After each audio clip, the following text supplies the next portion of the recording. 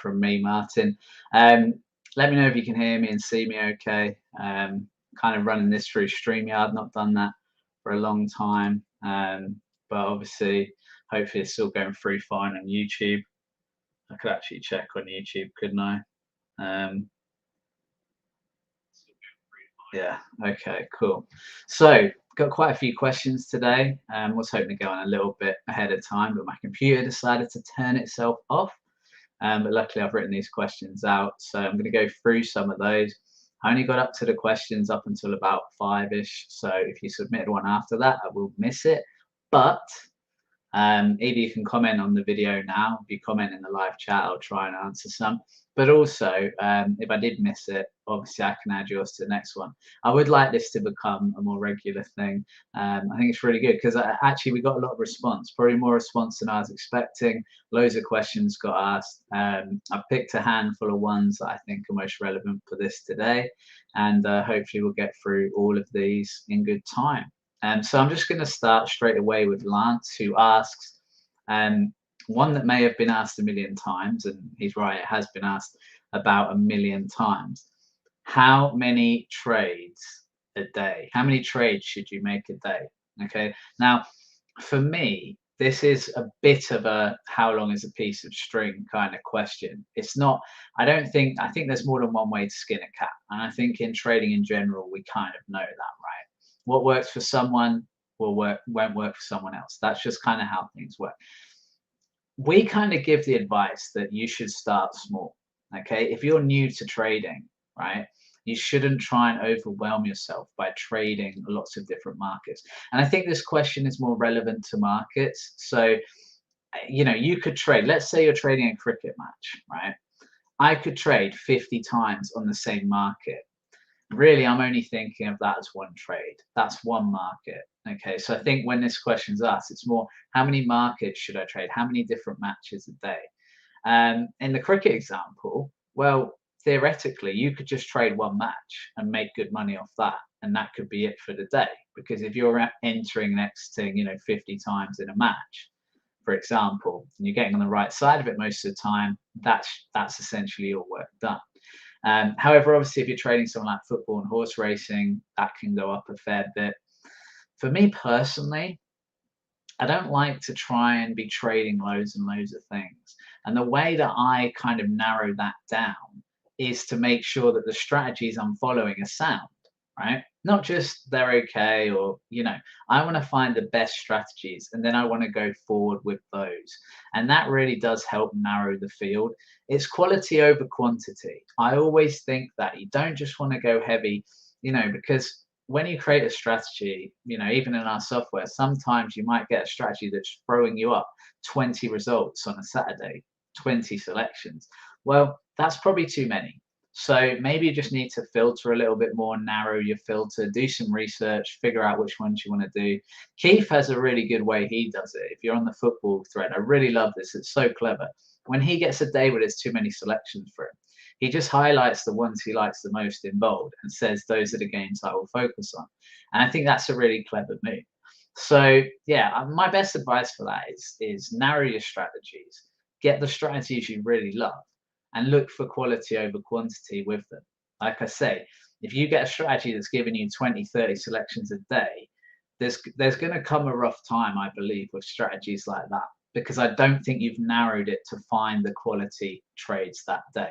But if it works for you, if you can find a way to make it work, then there's nothing wrong with doing that. So yeah, bit of a long answer there, Lance, but hopefully that's answered it. Okay, Richard asks, around which month do you stop trading the summer leagues on the football? This is an interesting one because I've not thought too much about this before. What I tend to do is when a league gets towards the end of its season, I'm very wary of trading it. So I usually say, when there's 2 to 3 games left, if teams don't have anything to play for, I'll avoid it. And even if they do, I'm kind of still a little bit hesitant because I feel like kind of the playing fields or whatever have shifted. Things have changed a little bit. This isn't a normal league match that would happen mid-season. So I am aware of that. I don't pick a month, I'm more interested in how many games are left in the league. So I look at 2 to 3.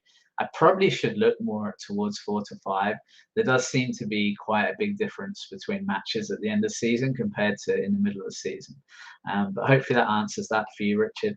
Okay, Oliver asks, I have a question regarding Betfair graphs and weight of money on a particular market, say over under goals, which is the example he's given. Do you ever look at graphs and pay any attention to the amount of money being put on and the overall flow of money going into the market and a particular event in a direction?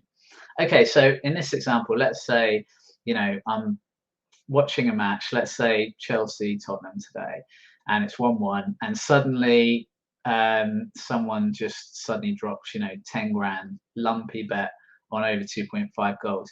Do I pay much attention to that? No. Why not? Because A, we'd have no way of knowing whether this lumpy guy has any idea what he's doing. For all we know, he could be, a friend putting some money on for a Premier League footballer. It's been known to happen, right? So big chunks of money don't necessarily determine what's going to happen. What they will determine is what the market does. So the market might react, and what you'll find often with those kinds of things is that the price shifts a bit too far in favor of whoever's making that move because people panic and they go, oh, well, clearly this is going to happen because, Lumpy's just put a massive amount on. So for me, the reason I don't pay that much attention to it is very simple. If I trade with strategies, right, and I have a strategy, and that's what I stick to. So if my strategy says do X, I'll do X. If it says do Y, I'll do Y. I'm not going to change that strategy just because someone's put a load of money in that I don't know who it is. If Betfair flagged up and said this great trader's done this, maybe I'd think about it, right? Sorry, I've got a hair in my eye line there. So yeah, hopefully that answers your question, Oliver. I don't think there's anything wrong with if you find a strategy angle that works doing that and taking that into account, by all means go with it. And that's true of any strategy, right? If it works for you, there's nothing wrong with it. And so Stephen has asked a few questions. I'll see if I can get through them. The first one is, how much help and support is there in BTC for people who are brand new and have never traded in any way? This is a really good question because we've just launched Super Trader, which is basically a very low price, easy entry for new traders who just want to learn the basics of trading before they're ready for something like betfairtradingcommunity.com, the full membership. So that would be a great step. There's a lot of support for new traders. We treat everyone equally. And our thing as well is, remember, we don't think any question's a silly one. That's why I'm going through these questions now.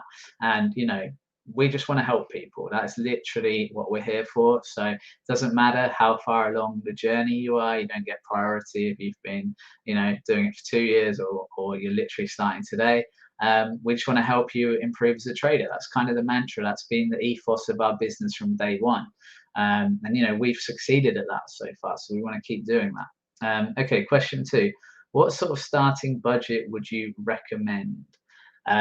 Now, this is more in terms of spending on, say, things to help with your trading. Well, it's a difficult one, right? Because again, you could start with something like Super Trader. You probably wouldn't need anything else at that point. You could just, learn the basics that way, really get your head around Betfair trading. And that's very low cost a month. But it's difficult to put a number on. What I would say is, you've got to think of it as an investment. Like, imagine you go to university, right? How much money are people spending every year? I think it's about 9 grand for tuition, and it's going up. So yeah, you're going to spend a very small fraction of that, educating yourself on Betfair trading.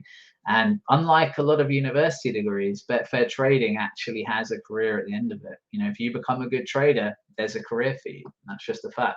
Okay, the third question: how much time per day do you think someone would have to devote to make 20 to 30 pounds a day? Well, again, this is one of those where it will depend on your strategies. But in theory, if you get some good set and forget strategies, you could possibly do that with 5-10 minutes a day. That's the reality of it. One of the good things about our software, of course, is once you create a strategy, once you found a good one, or once you use one of our own ones that we suggest, you'll get the selections each day. They're given to you from the software itself. So you don't have to spend hours researching. That was a huge thing for me that I made sure we got into the software, because I was like, if you can save me time, time is money. So yeah, I mean, realistically, you could do it in 5, 10 minutes. You could spend an hour or two a day. It really is up to you and the strategies you're employing. Okay, Brian has asked, where is the value in laying the draw before kickoff? Okay, now, of course, this will be match to match. It depends on the match. But I'm going to give a very simple answer here that actually will answer this question. If your strategy suggests that there is value in laying the draw in this match, that's the value, right? If you're laying the draw at odds that are bigger than they shorter than they should be, then you're getting value. How do you determine whether they're too short X, Y, and Z? Well, the testing. Once you've done the testing, you found a strategy that works. Ryan's bet green is a great example of this, right?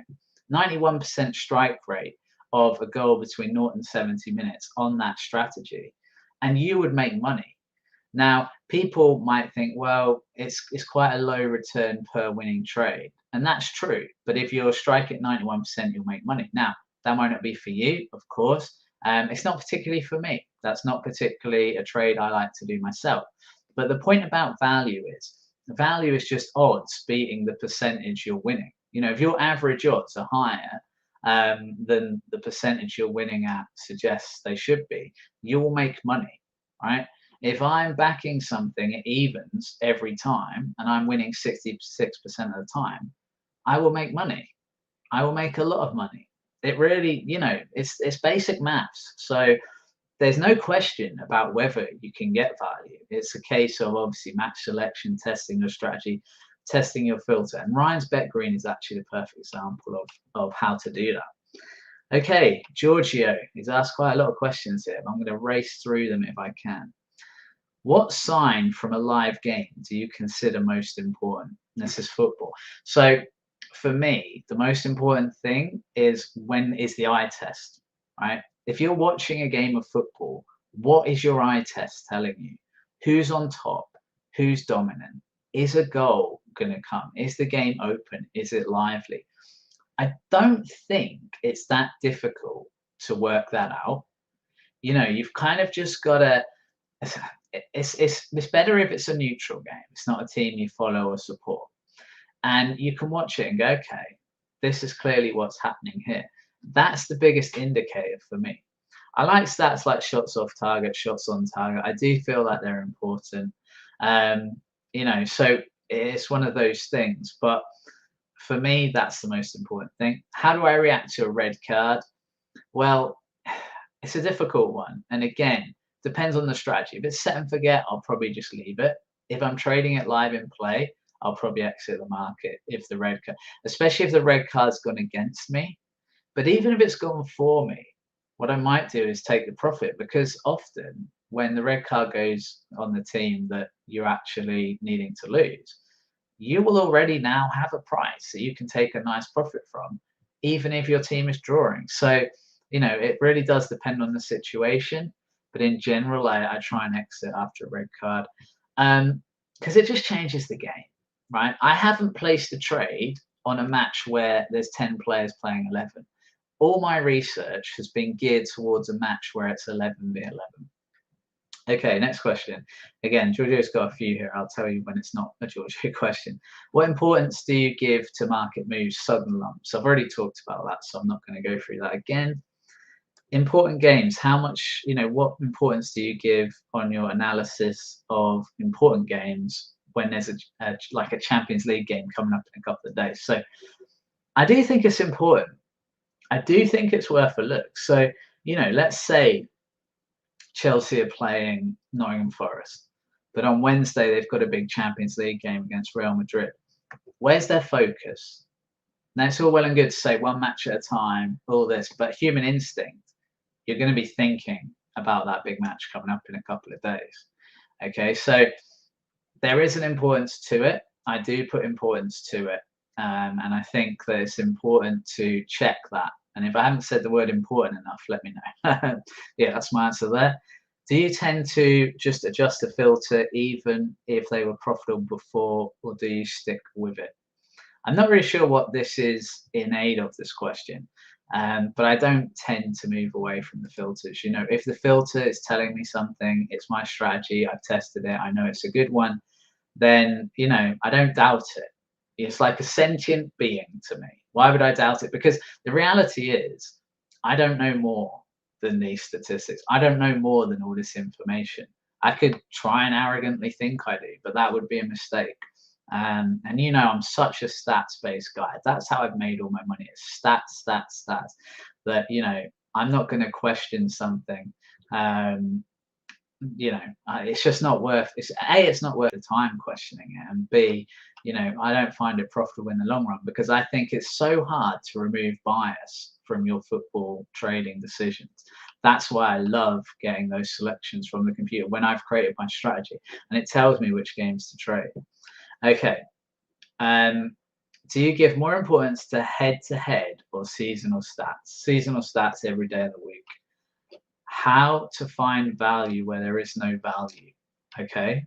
Example: Man City are playing Forest. We're at 30 minutes. It's still 0-0. Our stats suggest the first half goal. Sorry.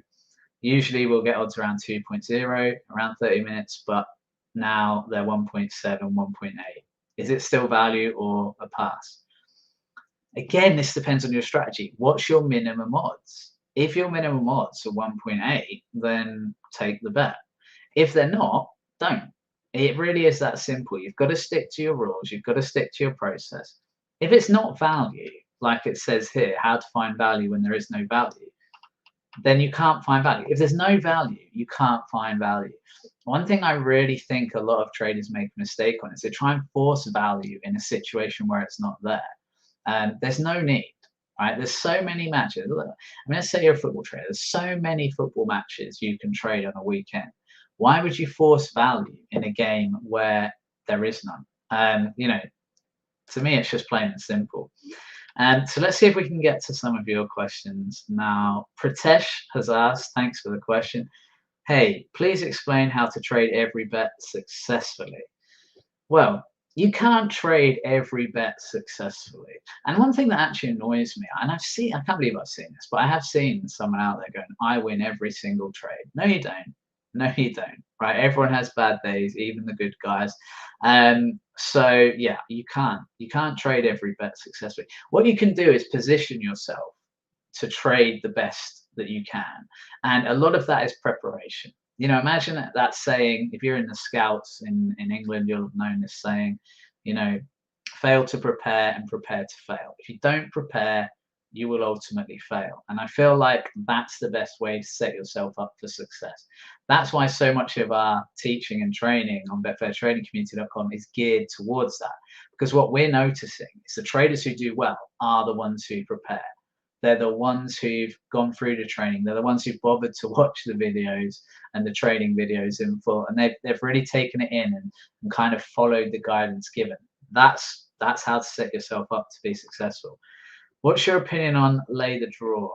Do you prefer to get in at the start or 60 minutes or so? So what I kind of do on this is I'm more interested in laying the current score than the draw now. And I'll often get in at 60 minutes or later. So one of the things I find is that lay the draw, it's just a little bit frustrating at times because let's say, you know, you get a goal, you're trying to trade out, then there's another goal, and it's 1-1. You've lost your trade. However, when you're laying the current scoreline, you win if there's a goal. It's just done. The other thing is at 60 minutes, I mean, at 60 minutes, there's probably still quite a big difference. But let's say you get to 75 minutes and you enter your trade then. The odds on lay the draw and another goal are not very different.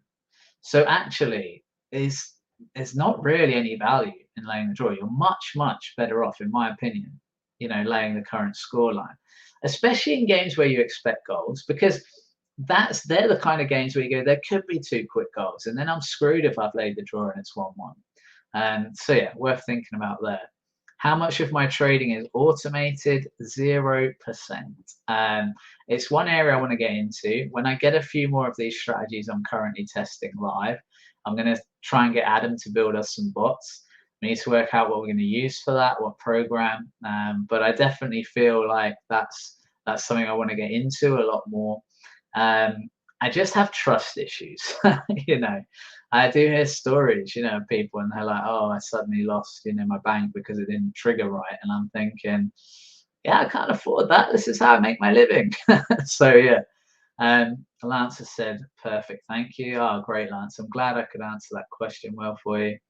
Bigfoot Trades. What a great name. I love that name, Bigfoot. Keep going. Hey, Martin, hope you're well. If you could go back to the very beginning of trading, what would be the one thing you would tell yourself to do differently? By the way, before I answer this, can I just say these questions that have been phenomenal? Thanks, guys. I really love all this questioning. Um, what would I tell myself at the beginning of trading? Well, the first thing that springs to mind is don't chase losses. I lost thousands of pounds. Luckily, a lot of it was money I built up. So I'd build up a big bankroll, like from, you know, £100 to 10 grand. But then I'd lose it all chasing losses. And actually, part of the way I built it was chasing losses. You know, every time I lost, just going bigger and bigger. So that would be the thing I'd tell myself. But it's difficult because those growing pains are what got me to where I am today. So it's like I don't really want to remove all that stuff. It's a bit like, you know, when you have past relationships and you go, oh man, I wish I could kind of just totally forget about all that. You know that film, is it Eternal Sunshine of the Spotless Mind? I might have got that totally wrong. Fantastic film, by the way. If you get a chance to watch it, do. And he removes that part of his brain. Sometimes I feel like, oh, that would be great. But the problem is, you don't then learn from your mistakes. And I think sometimes learning from your mistakes is so valuable, you know, that I don't want to lose that thing. So Neil's asked the question, how do you deal with premium charge? Do you know, recently on premium charge, I don't know if anyone else got this, but Betfair did actually do a promotion for a while where they just said, we're not going to charge you premium charge. I think maybe they were getting fed up with people kind of, you know, ducking it or whatever. I mean, I'm not going to get into the specifics of it and ways around it. I just, you know, I don't want to get any problems with Betfair. You know, Betfair's how I make my living. And yeah, I mean, I'm just not going to get into that. Okay. Ginger or Ginger begins with a G, so I'll go Ginger. Ginger like ninja, I guess. Do you, mind you, Ginger starts for G, doesn't it? Do you avoid trading football games in the first few weeks of the league campaign? Yes. I do not trade leagues where each team has not played at least 5 matches. And I don't care. Right? I don't care what anyone thinks. I'm not going to do it. It's just not enough data. I like some data to work with. For me, that's not enough data. And also, it's done all right for me. It's never been a problem. I've never gone, oh, do you know what? I wish I did start on the first day. Because there's loads of, I've traded loads this weekend on the summer leagues. There's loads of good matches in Norway, Sweden, etc. that are deep into their leagues. There's been no reason for me to get involved in the Premier League. And then in 3 or 4 weeks, when all these are ready to be traded, it'll be great.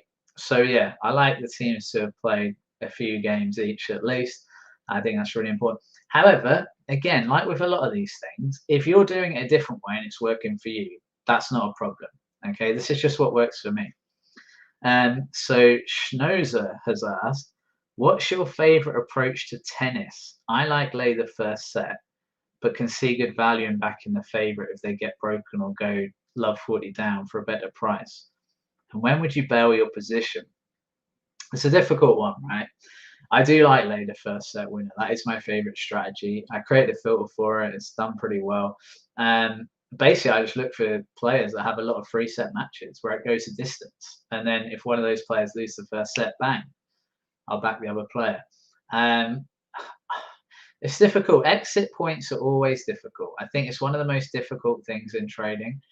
I will tend to wait till the end of the set, unless a player gets like 5-2 up or 5-love up, something like that, where they've got the double break, and you think, well, I may as well green up because the price isn't going to change much. And also, if they then do lose it, I'm going to feel sick. I think a lot of things in trading people do to, you know, guard yourself against feeling sick when it goes against you. It's like with some of the set and forget stuff. When I watch the result, I look at the results after, because it's set and forget, you don't sweat it. You're just literally placing the bet, leaving it. But some of them you look at and you go, oh, I had an under 2.5. Oh, it lost. Oh man, it was 0-0 at 75 minutes. I could have traded out for pretty much 100% profit, and it still went on to lose. So those things happen. Do you still trade your time form trouble strategy? I don't trade that.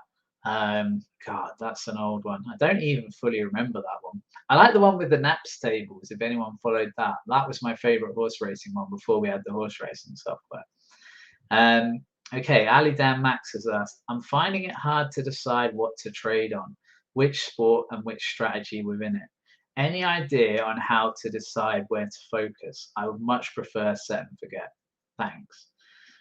Okay, so set and forget is going to be, for me, football or horse racing. Okay, because clear markets, um, run a strategy, see how it gets on. The difficulty of horse racing is how much the price moves for set and forget. So without automation, it's not necessarily easy to do. So maybe I'd just start with football. I think football's quite easy. The market's usually pretty well set in the morning. You can go and just place all your set and forget bets and just leave it at that. But what are you into? What sports do you like? You know, that can be a great foundation. Um, Horse racing is a good one if you don't want to let your own opinion judge too much, because with horse racing, you're not going to know a ton about it, right? Most horse racing traders even don't know a ton about it. And that's why they like it, because they can go, right, I'm not putting bias into this. I'm just looking at the stats, looking at the market moves, you know, X, Y, and Z, and that's how I'm trading it. So yeah, hopefully that's answered that for you, Ali. Strumbad Stroller. You know, the good thing about YouTube is these great names, right? Strumbad Stroller. Hi, Martin. What are the highest odds that you'll lay the current score at? Oh, that's a good one. It depends what time in the match is, right? I'm usually in at 60, and the lowest I will go if the strategy says it and I'm very confident is 1.4. I don't really, sorry, if that's backing another goal, obviously if I'm laying, what's that, around 3.5. But to be honest, um, yeah, I'll just back another goal, whether it's, let's say it's 1-1, I'll go in the over 2.5 goals market and I'll back at like 1.4 or whatever. Plus, so yeah, I think it's good to have minimum odds, and it's good to look at your strike rate and then apply the minimum odds that way. I find that, you know, the strategy I'm doing at the moment, late current score, it does strike around the 73% to 80% mark. So that's the percentage of winners. That's why I know if I'm getting at 1.4, I'm going to make profit, especially as a lot of them are closer to 1.5, sometimes even higher than that, depending on what league it is. All right, guys, I'm going to leave it there. We've got to the end of our questions here. It's been a good half hour. Thanks for all the feedback, guys, and all the comments. That's been good to enjoy. Hope you've enjoyed this Q&A, and I'll be back with another one very soon. Most importantly, make some money trading on Betfair this week.